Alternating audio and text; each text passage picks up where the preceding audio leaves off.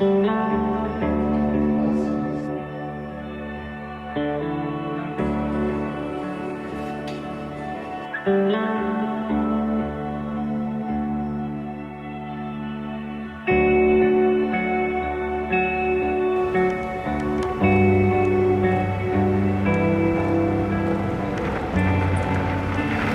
nostro fornaro si chiama Carletto e si picueto bravo un gran bello mito. Lui si alza presto e con pioggia, vento e neve ci porta il pane ogni mattina.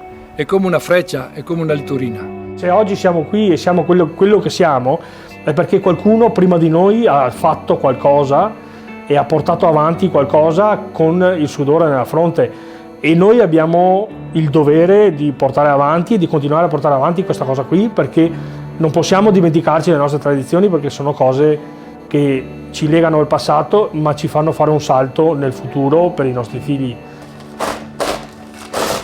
Questa e queste due sono la cioppa padovana, le mantovane con la mantovana grossa, lo storto che è il corno nostro e anche questo è il corno grande.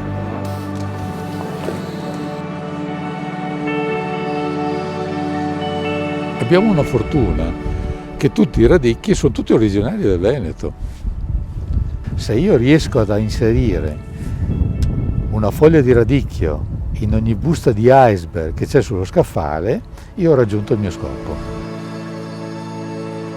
Quindi ci siamo spostati qui nella zona del delta del Po, perché in questa zona potevamo avere accesso ai terreni sabbiosi che erano appetibili, che erano molto simili a quelli che noi avevamo a Chioggia, che però erano disprezzati, perché i terreni di sabbia allora in questa zona nessuno li voleva.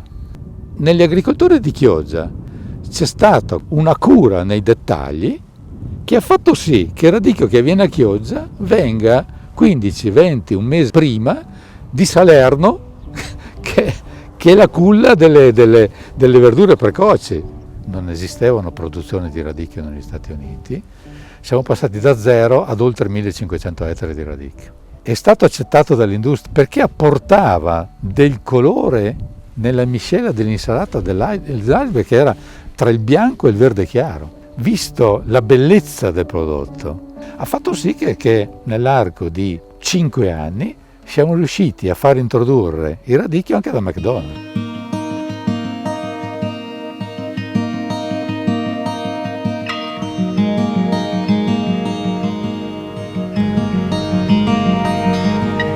Questo è il mercato ittico nei Grossi di Chioggia, è il primo mercato ittico misto alla produzione d'Italia per quanto riguarda la flotta e anche il prodotto che viene commercializzato.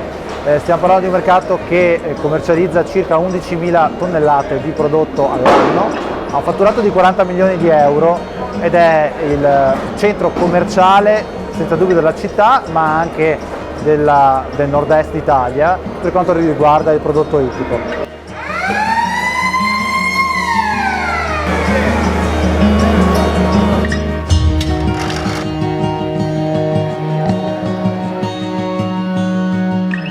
Questo è prodotto del Mare Veneto, la maggior parte è prodotto locale, pesce azzurro per il 50%, il resto è prodotto locale, come dicevo, Mare Adriatico, ovviamente laguna e anche valli.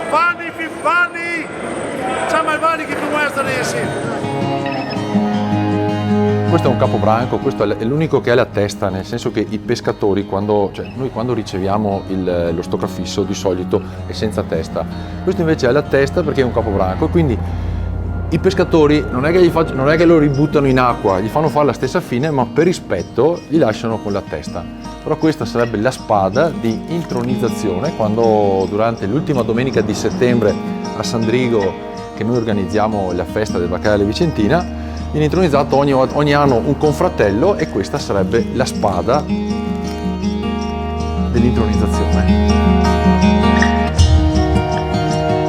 Non solo come leggenda ma anche come fatto storico, perché c'è un diario preciso, attribuiamo ai Querini la presenza del baccalà vedi stoccafisso nel Veneto, perché lui nel 1431 parte per portare le mercanzie veneziane e naufraga. Arriva alle Lofoten, in particolare all'isola di Røsta, dove scopre dice lui, questo stoccafisso, essiccato al vento, e lo porta poi attraverso un ritorno periglioso, attraverso 3/4 d'Europa fino a Venezia.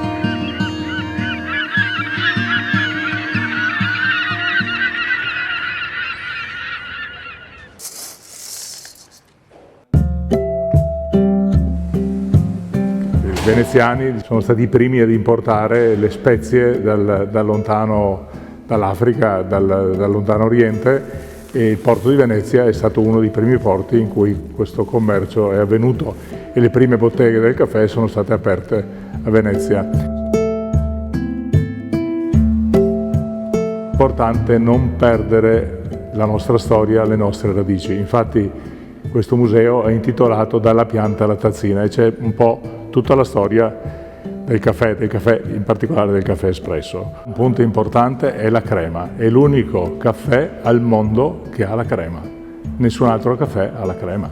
Il caffè turco è un caffè bollito, che viene bollito, il caffè americano è un caffè che viene, diciamo, con la macinatura molto grossa e con l'acqua bollente. Il caffè espresso invece è un caffè veloce, è un caffè con 25-30 cc che deve essere estratto in 25 secondi. È un caffè che con 1000 profumi, 1000 odori, 1000 aromi che gli altri caffè non hanno. Questa è la fugassa veneta. Questa arriva da praticamente che la facevano i nonni nostri e hanno tramandato tutte queste ricette, modificandola nei tempi, nei modi, perché poi cambiano le esigenze, cambia le temperature, cambiano alcune cose, però alla fine questa è originale degli anni dei nostri nonni. Questo è un prodotto ovviamente con lievito madre. Come vediamo, la prima caratteristica del lievito madre sta che la velatura è irregolare, non ha una regolatura fissa.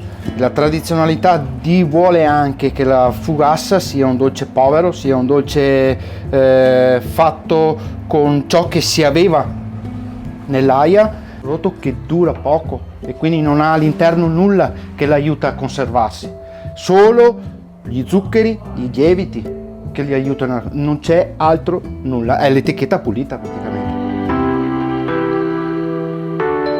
Lo gnocco è un simbolo per noi veronesi di donare al prossimo bisognoso. Questo è il vero. Il gnocco allora era costituito di farina e acqua, perché la patata nel 1500 non era ancora arrivata in Europa. Ci sono vari modi di condire, chi per i bambini specialmente con il pomodoro. A me piace e gradisco tantissimo con la passissata del cavallo, poi con il ragù e con i formaggi, con tante altre possibilità, ma quello classico è con la passissata del cavallo. Io adoro il vino rosso, che sia marrone, che sia ricciotto, che sia ripasso, sono quei vini che io adoro.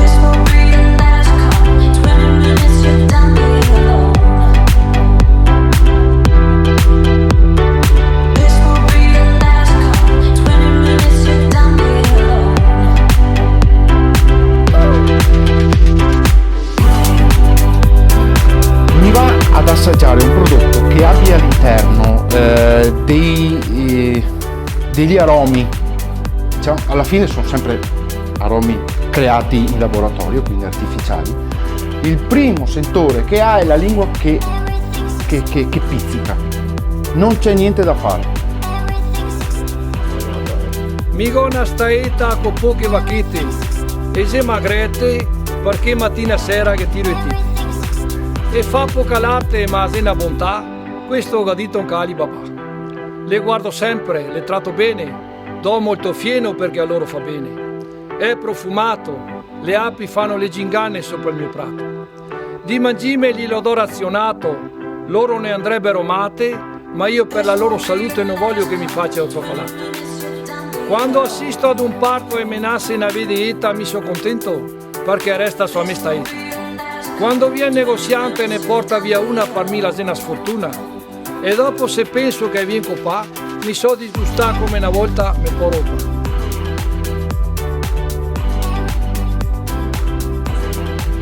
Il caffè che dovrà essere fatto con le famose 4M: macchina, macchinino, miscela e alla fine, ma non ultima per importanza, la mano dell'operatore. Prezzo in italiano, avanti, via, avanti, aggiudicate, via.